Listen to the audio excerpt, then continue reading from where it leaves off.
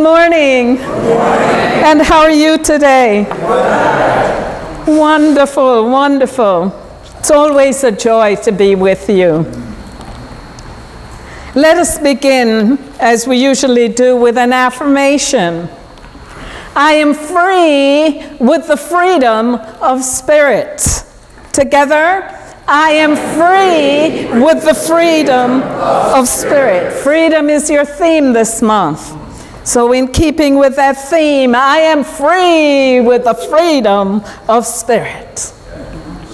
It's a wonderful affirmation because it identifies, we get to identify with the absolute freedom of God. And it also gives us the unbounded versatility to be wherever we want to be in consciousness. My talk today is entitled, A Spirit in Rebellion. How many of you have seen this movie? It's a classic now, 4-star movie with James Dean, Rebel Without a Cause. Let me see some hands. I'm the only old, look at this. Almost every, if you haven't seen it, borrow it from the library or something. Get it. It's something to keep in your library. Tell your children about. Because even though many of us might have adult children, some of them are still rebelling without a cause. When you and I openly oppose and resist the authority to which we have pledged allegiance, or oppose the established way of life in our society because it has become oppressive, or that's what we call rebellion. If, for instance, there is an economic crisis over an extended period of time where the people feel that their needs are not being met. You see, they feel that there is no solution to the problems in the society. If, for instance, they're experiencing falling wages, rising prices, joblessness, and especially if for decades that has been happening and there is no relief, then there is cause, the people think, for rebellion. If, for instance, the leadership is apathetic, many of you have heard the frivolous example given in the time of Louis XVI of France, when he was told that the people had no flour to make bread. Difficult times. No flour to make bread. And his wife, Marie Antoinette, is purported to have said, let them eat cake. Her callous talk is said to have sparked the French Revolution. Believe me, the problems of France were much greater than that. But still, this example persists in the literature because that is just how, just one little silly talk like that, and the revolution starts. There is a belief among, if there is a belief among people that those at the top have misused their power or serve the needs of the wealthy as opposed to the needs of the poor, or there is an undue burden of taxes on one class while another class pays little or nothing, or in a case where long-standing services that used to be free suddenly disappear, then the climate is ripe for rebellion. People rebel like adolescents do, who seek independence from a way of life that has long been there but is no longer serving them, and they want to move on and they can't seem to move on. For centuries, rebellions born out of social, moral, religious, or political pressures have ensued. In fact, New Thought came out of one such religious rebellion. But these rebellions become the voice of the people, the voice that says, take notice of my condition, take notice of my desire for freedom from injustice, for freedom from oppression, my desire for equality and fairness, my desire for greater independence, perhaps. There is no longer any trust in those who are at the top, and we act to overthrow the prevailing power that we may free ourselves from bondage, from feelings of enslavement, and from oppression. There may be no clear organization to all of this,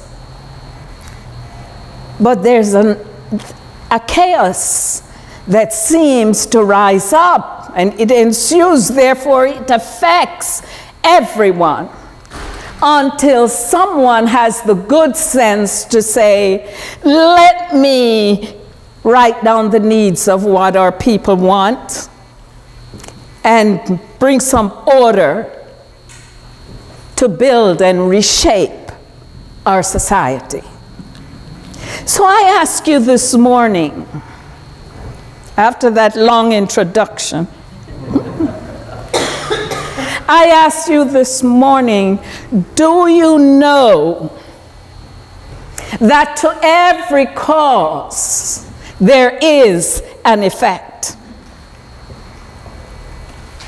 Yes. Then I love that. Then you have to see that all the points that I just raised explain the cause. It really does not explain the cause of rebellion, because they are all effects and have nothing to do with the real cause. For a rebellion is an error belief held in my mind and held in your mind that says all we need can be produced in the world in separation from God. We have collectively supported that material belief with the energy of our thoughts. Just look at our response to the problems that we have in our society today. And what we see is that in response to the effects, we institute more and more rules, more and more regulations, more and more legislation to fix our problems. But if we keep doing that, friends, you know what? We are just going to place ourselves in a box so small that we can't even turn. And we are going to say, I can just hear us saying, I used to be able to do this. I used to be able to do that. I used to be able to go here and there, but not anymore. The irony is, we do not get the solutions that we desire. Enough of our responses to outer conditions, to the effects, is to go to war. But war does not bring freedom, and it does not bring peace. Freedom and peace are divine ideas that emanate from the mind of God. Rebellion is a human idea that occurs when, on one hand, we recognize God as the supreme ruler and authority in our lives, but on the other hand, we think we know what we need, and we take our direction from what is going on in the outer world.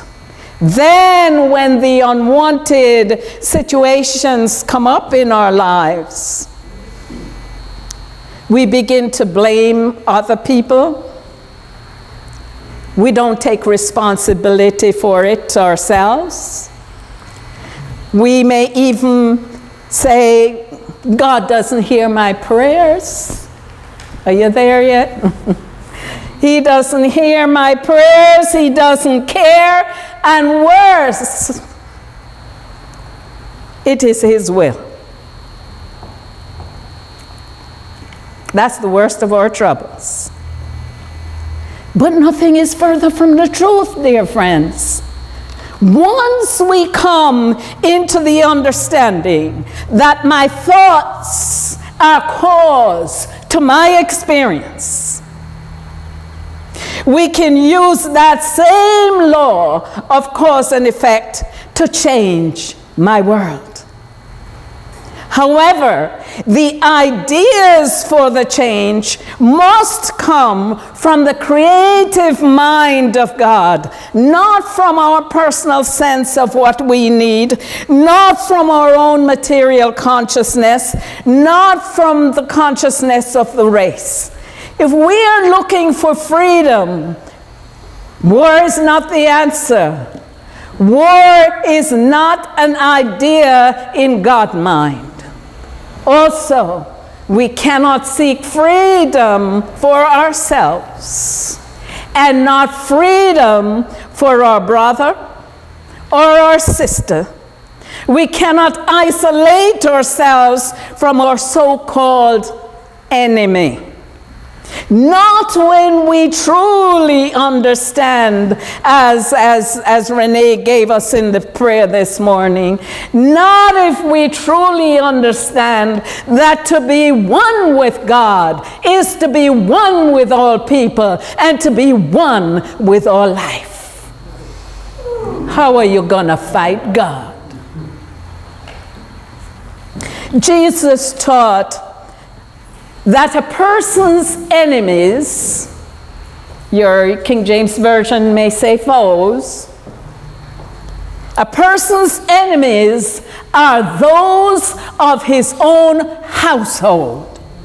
He was not talking about your mama or your papa. He was not talking about your spouse or your kids, uncle or aunt. He was talking about those thoughts, ideas, concepts, and beliefs that live in our house of consciousness, that we nourish and we nurture and sustain and maintain them like family. We maintain and we strengthen them with our thought energy, and they are produced in the outer world as those challenging situations. Mind is where we live all day long, friends. That's your house. That's your house. That's where you live all day long, and you never stop thinking, except, of course, when we enter into the prayer of silence, those times when we have the good fortune to still our thoughts. You see, still our thoughts from the outer distractions of the world around us, and open our awareness to hear the still small voice of God that is always talking to our soul. Mind is your connecting link to God.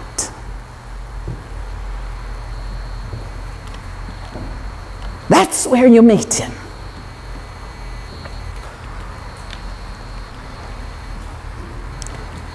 It is in mind, dear friends, that the Father speaks his words of truth to cut through the negation, the thoughts of negativity, the limiting ideas, through confusion and discord, to restore harmony and order to our being. Viktor Frankl, have you heard of him? He was the neurologist and psychiatrist who lived through the Holocaust and through the injustices of that time. And he came to the realization that when we are no longer able to change a situation, we are challenged to change ourselves. Shall I say that again? When we are no longer able to change a situation, we are challenged to change ourselves. Between stimulus and response, there is a space. In that space is your power to choose your response. In your response lies your growth and your freedom. When a spirit is in rebellion, it is at that point called choice. Make a choice. This is Eric Butterworth. My dear Eric Butterworth says, no matter what happens out there in the world, or even on your doorstep, all that really counts is what happens in your mind. When you get your thoughts centered at the still point, that still point is within. And you begin to see your life as a giving experience, then you control the giving and no one can take control from you. If you became irritable or tense and are easily overwhelmed, what you need is not a coffee break, but a prayer break. A time for silence. Right where you are, at your desk or at the kitchen sink, even driving your car, you can take a few breaths, friends, to establish the image of life glowing from within you. Woo! Don't you love it? Don't you love it? Friends, it is easy to forget that you are a powerhouse. Very easy. It is easy to forget the principles that are at your disposal, or the inevitable grace of God that is always flowing through you. You can make the choice not to be fearful or angry or devastated by the actions of others, or even those actions you have brought upon yourself. You can choose not to curse the darkness, but instead radiate the light. Radiate the light of truth to your world. For where the light is, there can be no darkness at all. God needs you to be his channel through which he shines the light. Therefore, your response to the challenges of our world is important.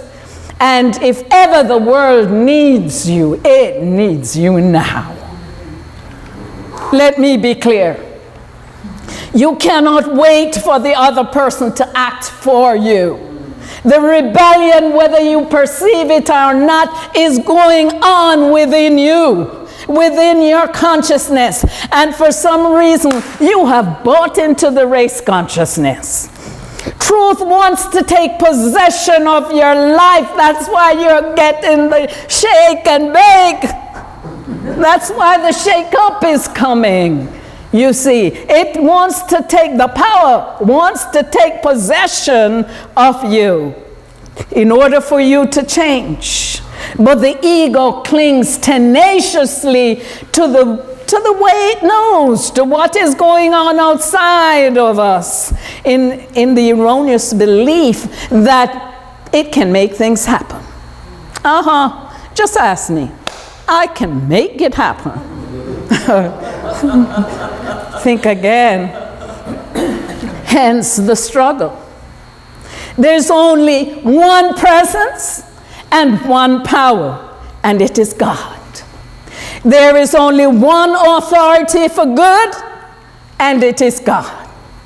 There is only one all-knowing mind, and that is God. His power is within you. Therefore, it is in our attunement with this power that we find change. And it is in our responsiveness to the truth that is emanating from the mind of God that inner freedom, prosperity, and peace are realized. When we radiate the light of God from the center of our being, we outpicture to our world the goodness of God. It is God who makes the necessary adjustments to the world through us. It is God who gives us the words to speak that cut through the adversarial thoughts to shine the light wherever it is needed. Here is the promise that He gives you. For I will give you the words and wisdom that none of your adversaries will be able to resist or contradict. How you like them apples? So have no fear, for where the presence of God is, there is liberty. There is freedom from fear, freedom from pain and suffering, freedom from scarcity, freedom from all that is unlike His presence. Becoming this radiant light of God, bringing freedom to your world. It may seem like a huge project. What are you saying this morning, Mavis? This sounds like a huge project. But Lao Tzu says, the journey of 1,000 miles begins with what? One step, the first step, yes. God can change your consciousness in the twinkling of an eye. But it is your willingness, hear me this morning, it is your willingness to consistently turn from the outer world to rest in His presence, in the silence of your soul. That is the key. And to respond, I got you, and to respond to the outer world from your daily realizations of His presence in the silence. You get up out of that prayer and walk out, man, you set for the day. Shine the light. Joel Goldsmith, in his Thunder of the Silence, says it this way: our purpose is to be the transparency through which the light, not we, but the light, through which the light performs its mighty works. Our purpose is to be the instrument through which the divine can manifest and express itself on the earth as it does in heaven. We are never the doer. We are never the actor. We are always the vacuum through which spirit flows. So, dear friends, let this be our opportunity to say to the ego, stand down. Oh yeah, stand down. I choose to be a bearer of the light. I choose to be a witness to the truth, that I am free with the freedom of spirit. And I go forth this day to heal and to transform my life and my world. Dear friends, I thank you so very much. God bless you.